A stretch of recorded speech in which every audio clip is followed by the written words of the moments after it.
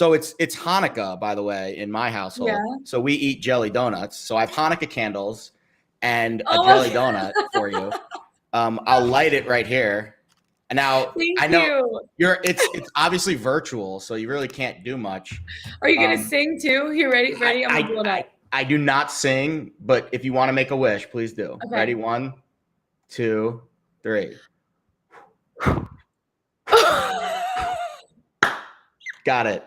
See, it's the magic of TV. It's the magic of TV. You blew out the candle from 1,000 miles away. How did that happen? Oh, Jared, I appreciate you. Thank you so much. Happy birthday, Lauren. Special. Happy birthday. Thank you. You guys are the best. The absolute best. Another year older, another year wiser. Hopefully. We'll see. Hopefully some winning bets today. Hopefully that's what you wished for. Yes, absolutely. That's what I wish for. I can't tell you my wish. No, that's true. I tell you my wish is not going true, so I'm not going to tell you. Forget I said that. Okay? Yeah. Okay. We got a good show today. I'm super excited about it. But before we do, make sure you're liking, subscribing, commenting, because we're doing the show every single day, 10 a.m., giving out our picks.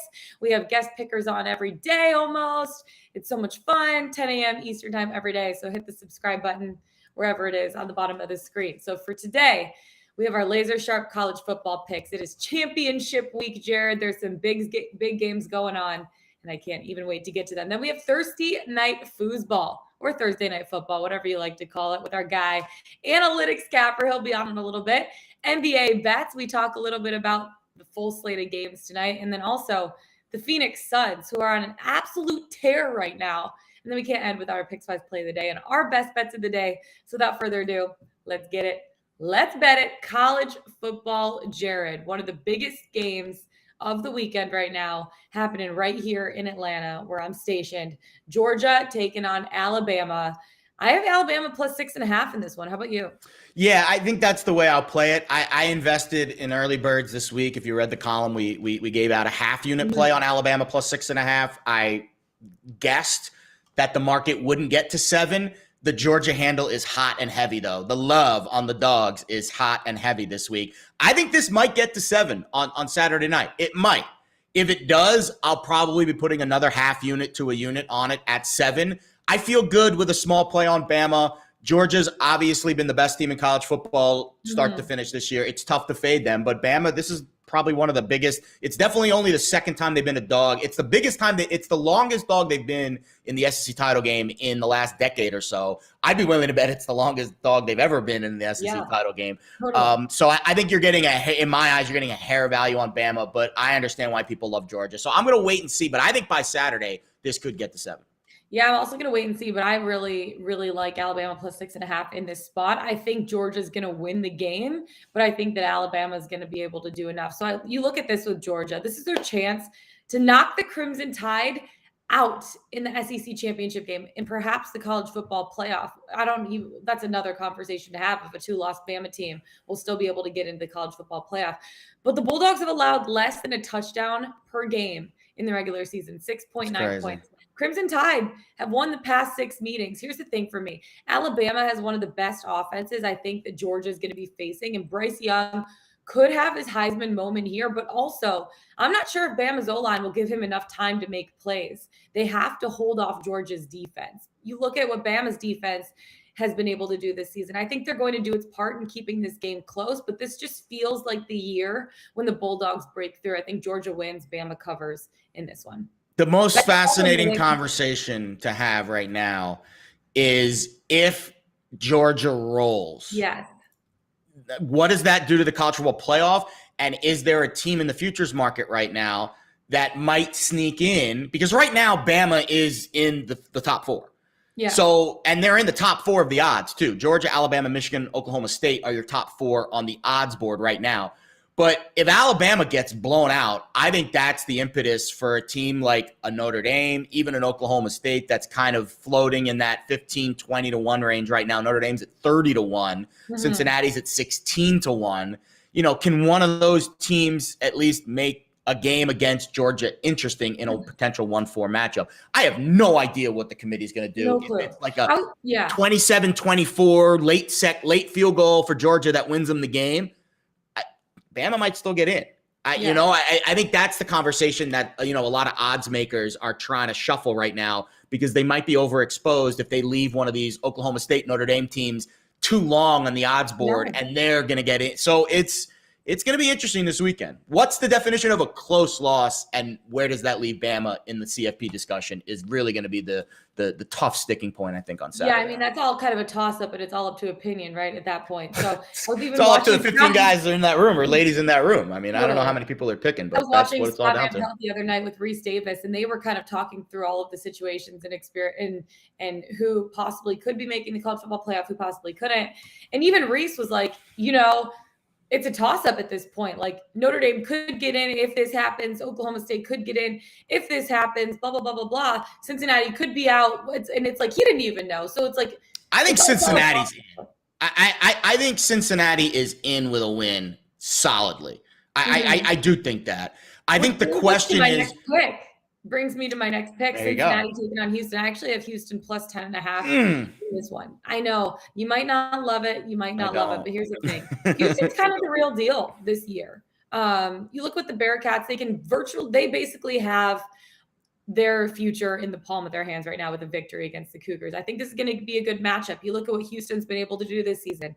They've scored at least 30 points in 8 straight games. They're going to test Cincy's defense. Houston is legit. I look at what Houston's been able to do after falling to Texas in the season opener. They ripped off 11 straight wins by an average of 22 points or more. Cincinnati, however, has covered the past 2 weeks. They look dialed in. But the thing for me that maybe people don't take into account as much is pressure. All of the pressure in the world right now is on Cincinnati's shoulders. Pressure to go undefeated, pressure to make the college football playoff. Houston's coming in loose and free for a game like this. You look at what the Bearcats have been able to do the last 2. They won the past 2 meetings by an average of 17.5 points per game. But I think Houston is going to be able to do enough to keep it close. If not, maybe win. I'm actually thinking about sprinkling the money line. Don't do it. And that might be a risky bet. Here's the thing. Pressure does a lot for people, Jared. Pressure I know. For people. Palms sweaty, knees weak, arms are heavy. That's all I got to say. I really think Cincinnati's the right side here. I do. I think Houston's the public. Yes. I got 10 at Westgate last night. It's not going to be 10 by Saturday. It's going to be, I think, 11. I'm already seeing some 11s pop up. And Houston is a public dog this week, and I'd be scared. So I agree. Cincinnati has been under pressure, but look what they've done the last 2 weeks. They under pressure, but they waxed SMU, and that was the game that I thought that they were going to slip. Yeah. And SMU is a good football team, and they blew them out by 34. And then they took care of business in the potential letdown spot on the road the following week at ECU, winning by 3 touchdowns. So I was very critical of Cincinnati over the last few weeks.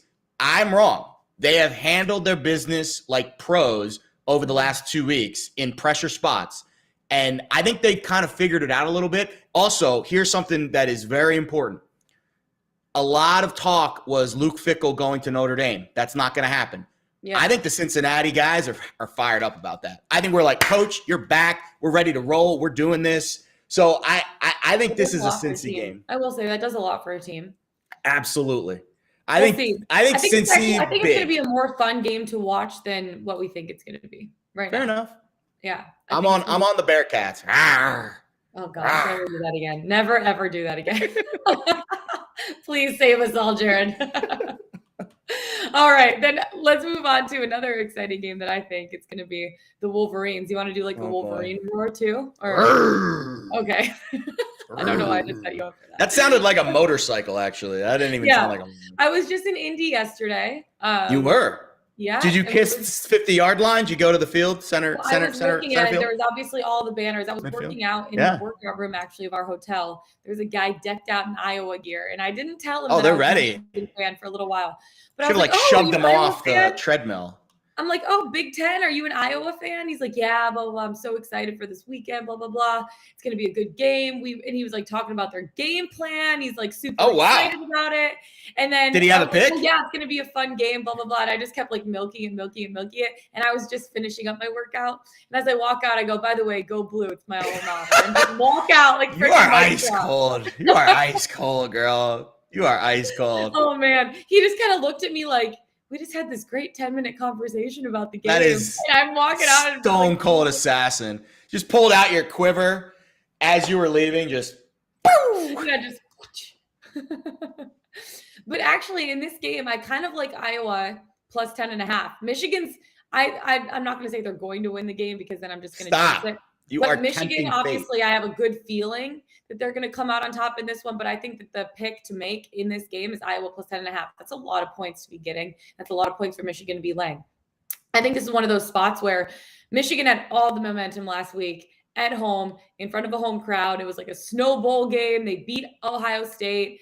And they are riding high after that one. For you, Jared, this is what you always say is the spot for a letdown, right? I don't think it's going to be a letdown loss. I just think it's not going to be as strong of a performance against Iowa as we saw against Ohio State because, one, they're not on home turf right now. And I really think that made a big difference being in front of a home crowd. You're in the big house. You're sleeping in your own bed. They're in a neutral site. They're in Indianapolis. They're taking on an Iowa team that has had a pretty good season for the most part. That said, Iowa was an interesting challenge. I think they played a physical style on both sides of the ball. I don't know. I have a good feeling that Michigan's going to win this game, but I don't want to keep saying that over and over. Stop. Here's the thing. Michigan needs to stay patient on offense. The Hawkeyes will be out of their comfort zone in the second half. The public is heavy on Michigan right now. I think they're going to win the game, but 10.5 points is a lot to be laying again on a neutral site in Indianapolis. Michigan, they rely on the run game a lot. Hassan Haskins played out of this world last week. Well, Iowa's 14th in the nation right now against the run. It's Michigan's bread and butter. I think Michigan clinches its first playoff berth in this game, but I think Iowa covers 10.5. I do not have a strong opinion on this game, actually. I don't. So you're not even betting it at all? I'm not betting it. Maybe I'll hop in live, but I hope for your – actually, to be perfectly honest with you, I kind of hope Iowa wins just because I just want to see what the negative energy out of here. The mayhem that the carnage of what the college football playoff could be. But it would be a boring college football playoff. No, it wouldn't. Do you honestly think Michigan can win the college football playoff? Yeah. I want to see the committee on its toes. I want to see the committee put in the most difficult situation possible because I think that is the only way that we are going to get change, reform to the rules and to the amount of teams that get in. I want to see carnage because to me, I don't think there's enough teams in the playoff. I want explosions I want everywhere. I want teams like, minefields having to navigate, and I want the committee to have the most difficult decisions possible because to me, that's the only way we're going to see change is if literally people are screaming from the rooftops that there are not enough teams, so that I don't know. I do think Michigan will win, but I don't have a strong opinion on the line. Yeah. Okay, I want to ask you a question really quick. Out of the 3 Power 5 conference championship games with spreads of at least 5.5 points, where do you think is the best spot or the biggest spot for a possible upset? Bama. It's Bama. 100%. It's not even close. Mm-hmm. I mean, don't get me wrong. Like I said, Georgia has looked incredible this year. All the odds makers agree. The public agrees. Everyone's betting Georgia this week. I saw like 80%, painted across the board. I'm assuming it'll be right around there come Saturday. If it gets to 7, again, that's where I think the buyback will be. But it's still Bama, and it's still a team with the pedigree that has handled big games, that knows how to win in this spot. Granted, the quarterback hasn't been there, but the coaching staff has. So to me, that's the upset that I could see happening the most. That being said, there is one game that is less than 5 that I think is fascinating, and that's this Oregon game. Utah just blasted Oregon 38-7 2 weeks ago. The line is just 3, and it's moving towards Oregon. That's fishy McFisherson. So I would say Oregon is a play. If you can find 3 with the Ducks, that's a good play. And I'll end with this before we bring on AC. The Western Kentucky game that I gave out at 1 for early birds is now 3, and PointsBet I just saw is hanging a 4. So please read early birds. We're on the right side of this market. Does that mean Western Kentucky wins? Who knows? But if you bet it at 1 on Tuesday when we gave it out, and now it's 4 on Thursday, you feel pretty good. So go Toppers, Zappy Hour tomorrow night. I'll see you there. Jared loves saying Zappy Hour. And it is Friday, so it could be a Zappy Hour, happy hour. Hell yeah, it's going to be Zappy Hour. We absolutely love to see. You want to know what else you love to see? Is Analytics Capper coming on our show. Let's Bring him on in. Analytics Capper, aka AC, aka Albert, professional sports handicapper. You can find him on Twitter at Analytics Capper. How the heck are you? What do you I'm want? good. I saw like 3 different nicknames for you. AC, Albert, Analytics Capper. All of it. All of the above, D. All of the above. But did I get this right? It's your birthday, Lauren? It is. Yes. Happy birthday. That's awesome. Thank so you. we'll have mimosas after the show. Oh, I love it. I absolutely love it. Yes, I am in. I'm here for it. Okay, so tonight we have Thursday night football, Thursday night foosball, Thursday night football, however you want to say it. Saints taking on the Cowboys. I saw a note, Taysom Hill has been taking snaps with the first team in practice this week. Cowboys, they've lost all 5 of their Thursday night matchups. They want to bounce back from last week's loss against the Raiders, which lost me my 3-leg parlay. So I was really upset about that. But AC, who do you have heading into tonight? Yeah, there's a lot of uncertainty on the Saints. I believe Taysom Hill is going to be the starting quarterback tonight. Alvin Kamara was actually just ruled out while you guys were talking about college football. Oh, wow. So, I mean, that's a big weapon that the Saints are going to be missing. There's no wide receivers that really scare the Dallas Cowboys. With that being said, all of that negative news and all the positive news on the Dallas side, right? You're getting Amari Cooper back, CeeDee Lamb back, as well as Tyron Smith back there, arguably their best offensive lineman. I actually kind of lean the Saints in this one. I know it's kind of a contrarian play. This is a great bounce back spot for Dallas. Both teams are kind of trending the wrong way. New Orleans have lost the last 3 games. Dallas is only 1-2 in their last 3. So everyone, I feel like, is going to be jumping on Dallas because they are the superior team. But I think the value here lies with the Saints. Everyone is jumping on Dallas. That's what the market says. I'm seeing 5.5 now. By the way, Armstead and Ramczyk, both their starting tackles, also out again. And that's not great news. I mean, I'll be honest. I'm on the Saints too. I bet them 4.5 last night. I wish I would have waited, clearly. But it's not I don't feel that bad because it's not a huge key number that it's moving through 5. But I obviously would rather have the extra point. I'm seeing most of the market now at 5.5. And I think this is, to me, it's the wild card of Taysom Hill. Whereas I would say the floor is probably around the same because the floor was pretty low with Trevor Siemian. But I think the floor and the ceiling are the same. But the ceiling, I think, is way higher with Taysom Hill because of his legs and because of his ability to mix things up. He's also playing for a boatload of money. He makes $55 million more on that contract if he's the starting quarterback. So he is all of the, obviously there's, momentum and there's motivation, but to me, there's even extra because there's so much more money on the table. I think this is a game where if Taysom Hill is the guy, you're going to learn tonight on Thursday night against a bad Cowboys defense that's bleeding yards left and right. This could be the Taysom Hill game where we haven't seen it yet this year, where he starts to take the reins of that starting quarterback job. That's a great point, Jared. I mean, so I am in Dallas. I admit I'm a big Cowboys fan. So I follow this team very, very closely. One thing that they're not very good at outside of Micah Parsons, who's a stud and who will be the defensive player, a rookie player of the year there. But they're a poor tackling team, especially on the run. So you expect Taysom Hill, Mark Ingram and company to just kind of milk the clock, shorten the game, and just get their rushing attempts up. So if you're looking, at opportunities for betting in this game and angles, I actually look at the player props market. So look at Taysom Hill rushing attempts, or maybe Mark Ingram rushing attempts, Taysom Hill anytime touchdowns, things like that. Because I think they are gonna, keep the Dallas defense on the field. Yeah, I like that Taysom Hill anytime touchdown. I actually locked it in at plus 190. Jared, I see you have it plus 200. Where do you find that? I found it on MGM and Unibet. Let me see if it's still painted that way on MGM this morning. So I saw it almost feels too easy, right? I mean, it does, but here's where the example of, and AC, I'm sure you see this all the time. The difference in the touchdown markets and the prop markets across different sports books is insane. Let me see where Taysom Hill is on MGM now. Taysom Hill is still plus 200 on MGM as we do the show right now. So you can still grab that number right now. But on FanDuel, he was plus 180. On DraftKings, he's like plus 160. On Superbook, he's like plus 140. There's so much variance between all of the books. It's crazy. Do your shopping. Shopping. Yeah, so here's the thing. I think across 4 starts for him, he tallied 4 rushing touchdowns. In the 7 games in which he appeared in 2021, he has 3 touchdowns.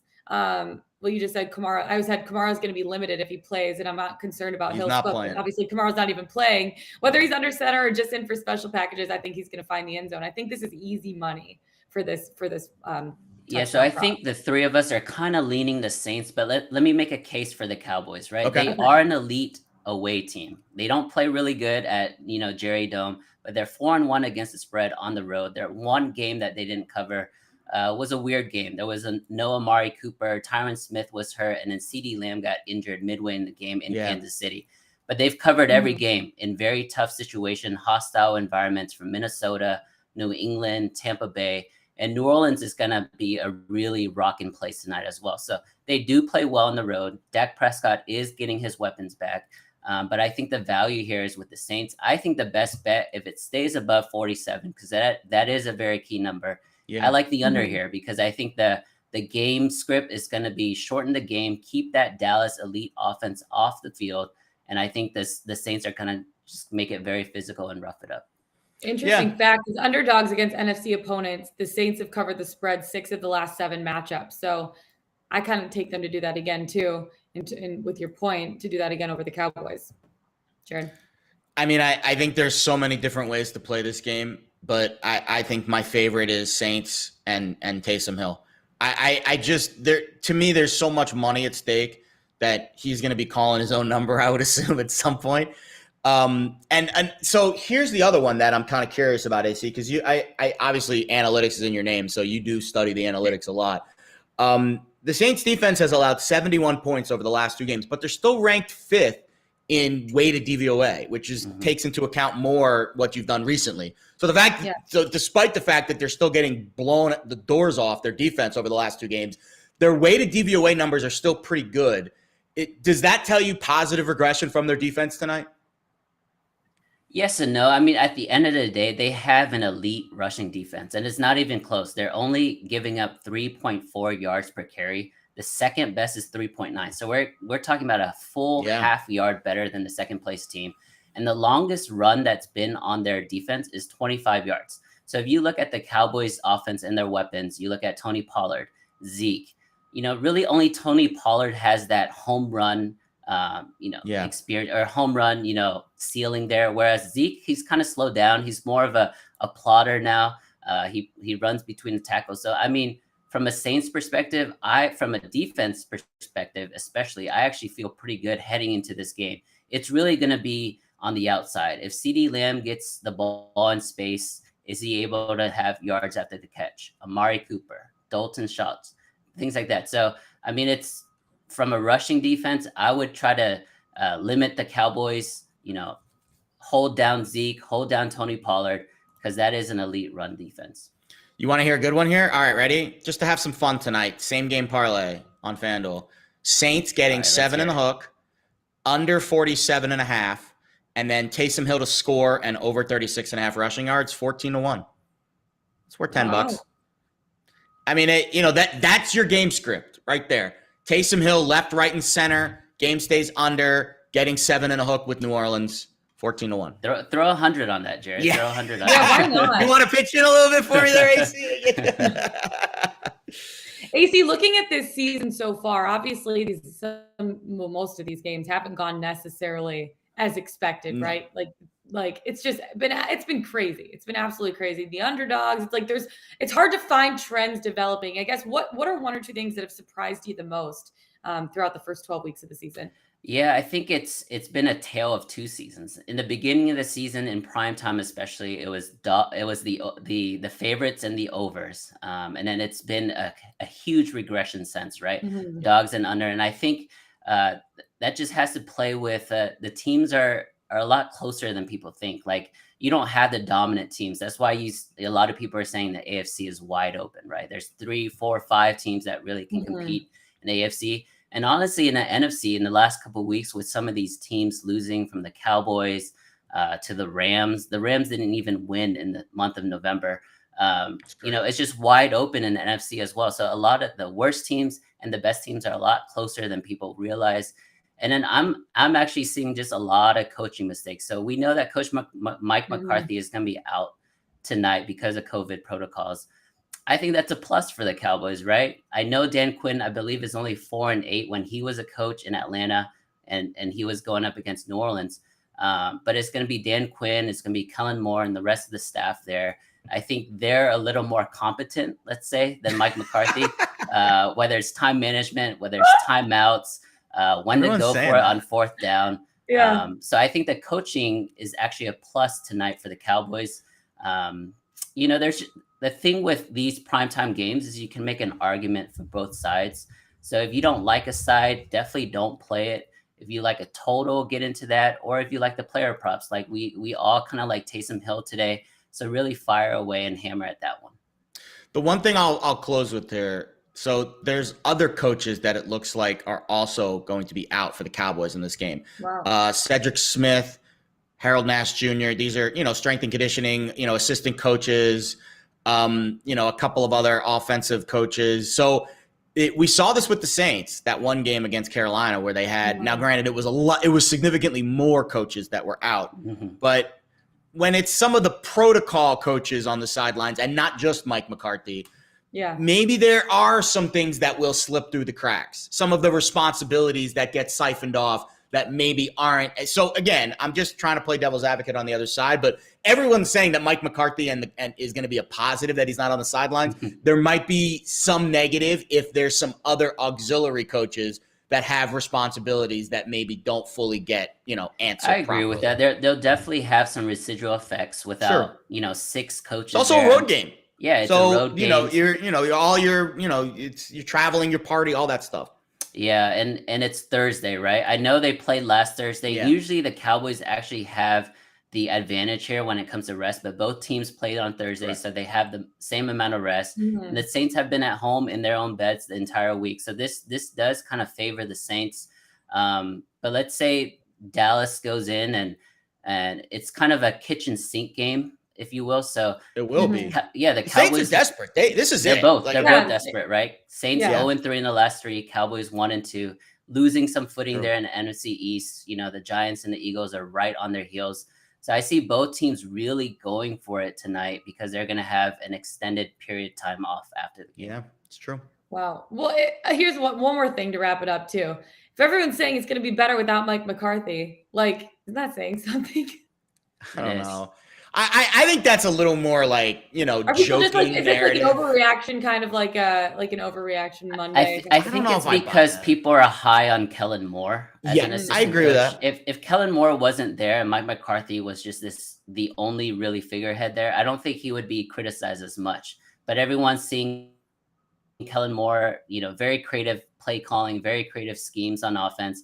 I think everyone wants to propel him up. So there's always that second guy that's like everyone loved Mike McCarthy early in the year when they were winning games. So it's like you're only as good as your last week. You hate them when they're bad. He started 7-0 against the spread. It's crazy. Everyone loved them then. Yeah. As soon as the team starts losing a couple games, it's like, oh my God, the ceiling's falling, the world's falling. That's the way the world we live in.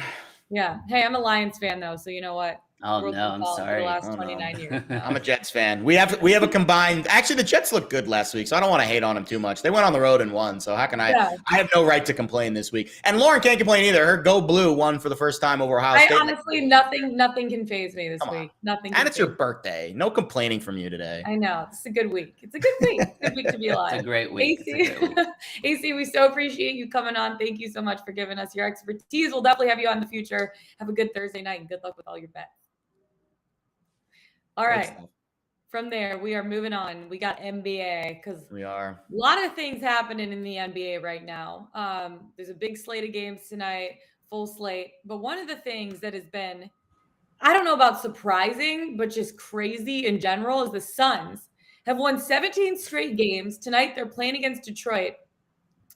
I look at them and I look at the West in general. And one of the questions is, do you see them as the top team, one of the top teams in the West? For me, I see them as one of the top teams in the NBA. They didn't lose in the month of November. The last time that happened was back in 2015 with the Golden State Warriors. Wow. And they were only the 6th team in the history of the NBA to have a fully undefeated month. It's pretty crazy, Jared. Yeah, that is. They're not doing great against the number, though. They had a nice win against Golden State the other night. Yeah. Now they're 12-9 against the spread. So I think like with Phoenix, I think it's more who they play and when they play them. Like tonight against the Pistons, coming off of their big win over Golden State, probably not a good idea to lay double digits.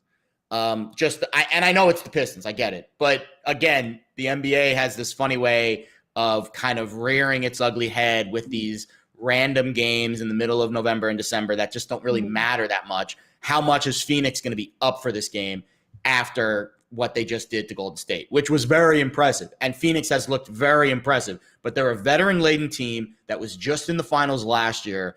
It's hard for them, I think, to get up for some of these, again, random December games against non-competing Eastern Conference teams. Not to say that they can't blow out the Pistons by 30 if they're on their game tonight, but I just don't think it's a great bet in the NBA market on any given night. I would probably look elsewhere in the NBA tonight than laying, I think it's 13 with the Suns. And maybe without Devin Booker, because Devin Booker didn't even play in that second half. The fact that they were able to beat Golden State, who only had 2 losses on the season, without Devin Booker for a majority of that game says something about that team and that heart. But what I will say about the Pistons, to echo your sentiment, is they play hard. They play hard for Dwayne Casey, their head coach. He's a good head coach. He knows what he's doing. He's had a lot of success when he was back in Toronto.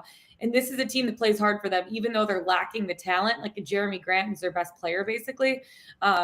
They do give it all 150% every single game, which says something. 150%. I'll say this. Well, here's the thing. You could give 150% and still lack the talent and not be a good team. You know what I mean? Yes. And that I would say that that's probably true. So the Pistons have won 4 games this year, but they've covered 10.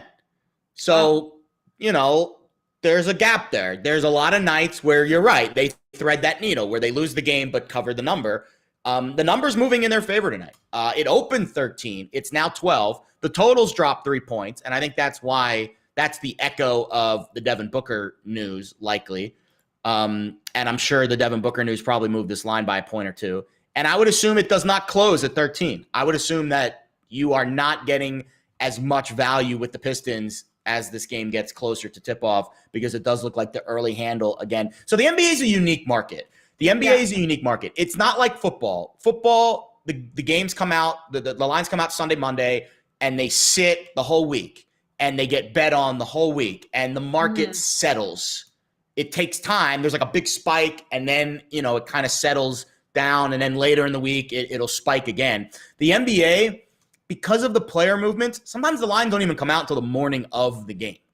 And it's just, it's hard to really tell which direction the market's moving until right before the game, when you get lineups, and then all of a sudden you'll see more movement that usually takes place an hour, 2 hours before the game, as being around these games all the time. So I think it's tough in the morning to kind of predict which way the market's going to move, but I'm going to predict tonight that the line will close shorter than it is now for Detroit, because it does look like it is moving in that direction at the early stage here at around 10:30 a.m. Eastern.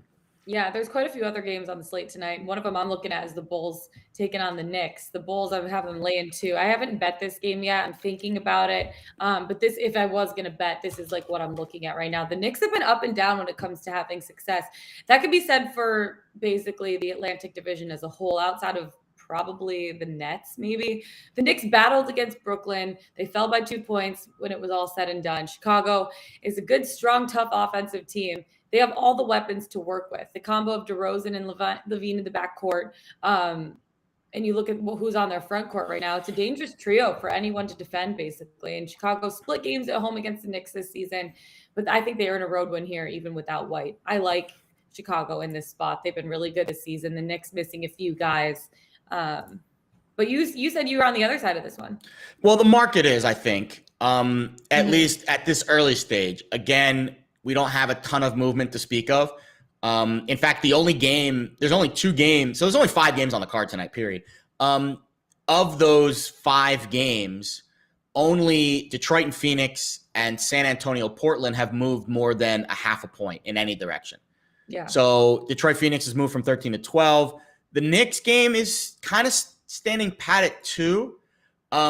MGM just moved to 1.5 this morning. So the only movement I have seen in any direction in the Knicks game has been a slight move at MGM towards the Knicks. I'll say this. Last year, the big story was the Knicks are covering numbers at an alarmingly high rate. The market has caught up with the Knicks. They're basically right on par. They're 11-10 straight up. 10 and 11 ATS. That means the market has caught up on the Knicks. There is, unlike the Pistons, where there's a 6-win gap between their ATS and their straight up number, there is not a discrepancy between the Knicks ATS and their money lines this year. So that means the market's basically spot on, which means I don't really see a ton of value in either direction betting the Knicks on a nightly basis. But it looks like value tonight. I would say that Pistons game's the one. If you got 13, that's looking like a good number to close at. Portland moved from 3.5 to 5. I don't know if there's. So I'll be honest. And when I start getting into NBA betting, which will happen soon, don't worry. Yeah. I will give out picks soon. Don't even worry, you guys. Don't even worry. Totals is where the movement really is. For example, overnight, San Antonio, Portland moved from 221 to 216. If you bet under 221 last night, you feeling really good, and I would even try to middle that. Another great example, this Knicks game from 213 to 210.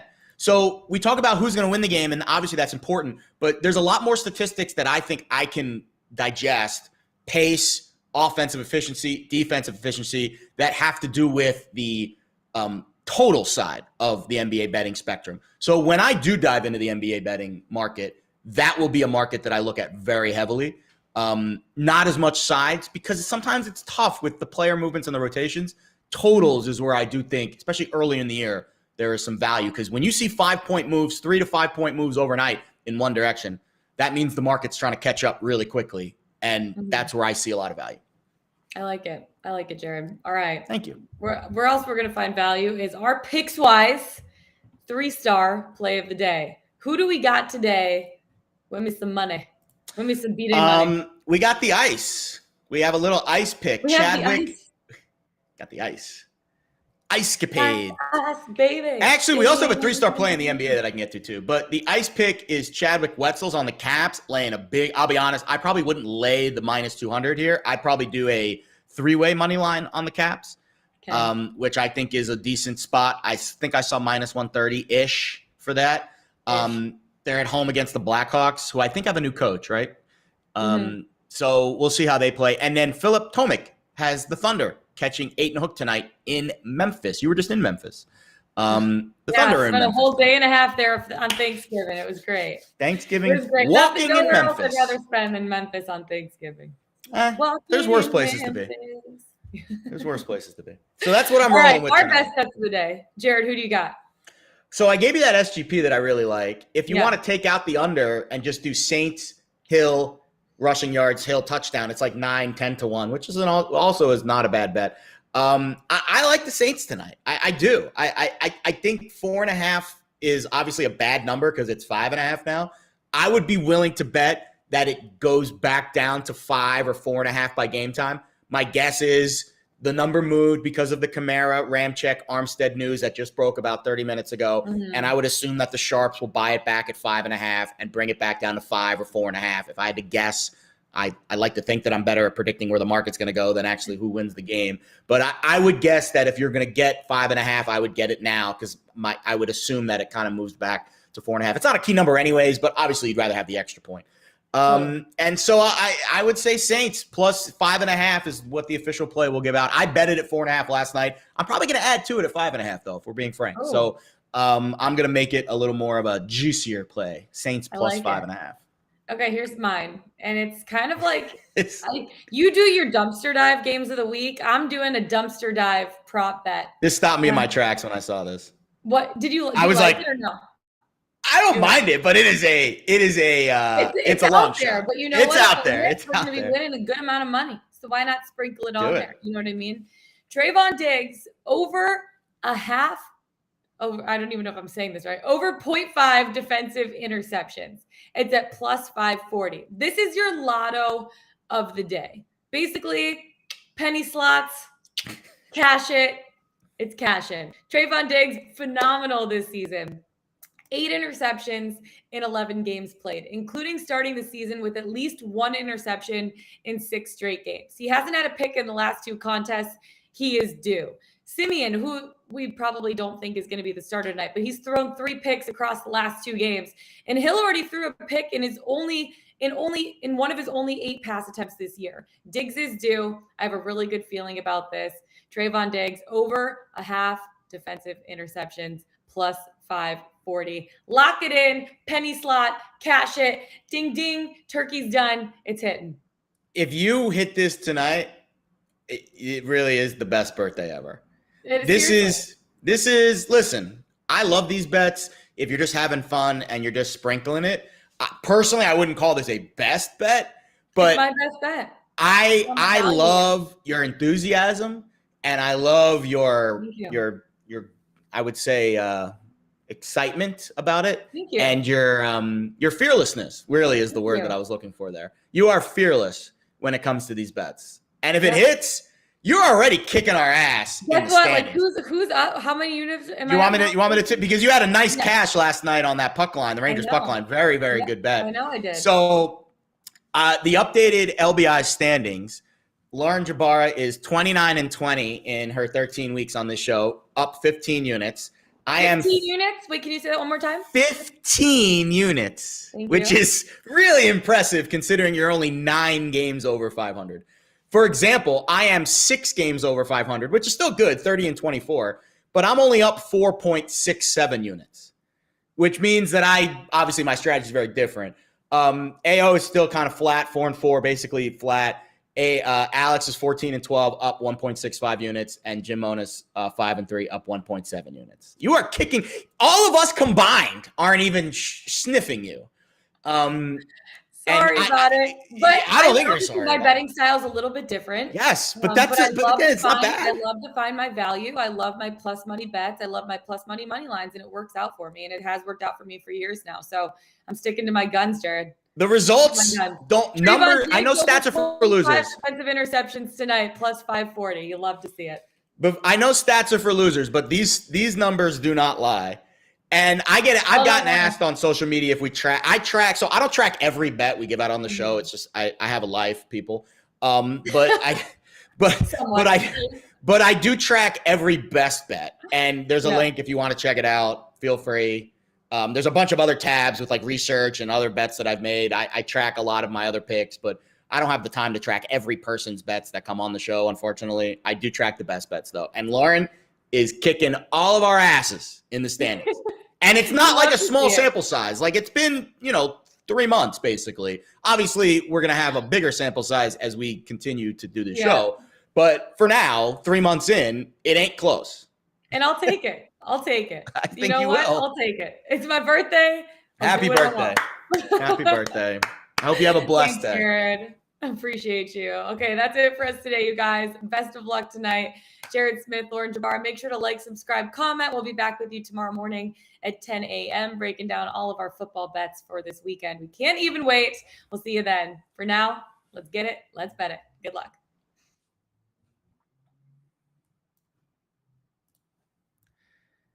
Happy birthday.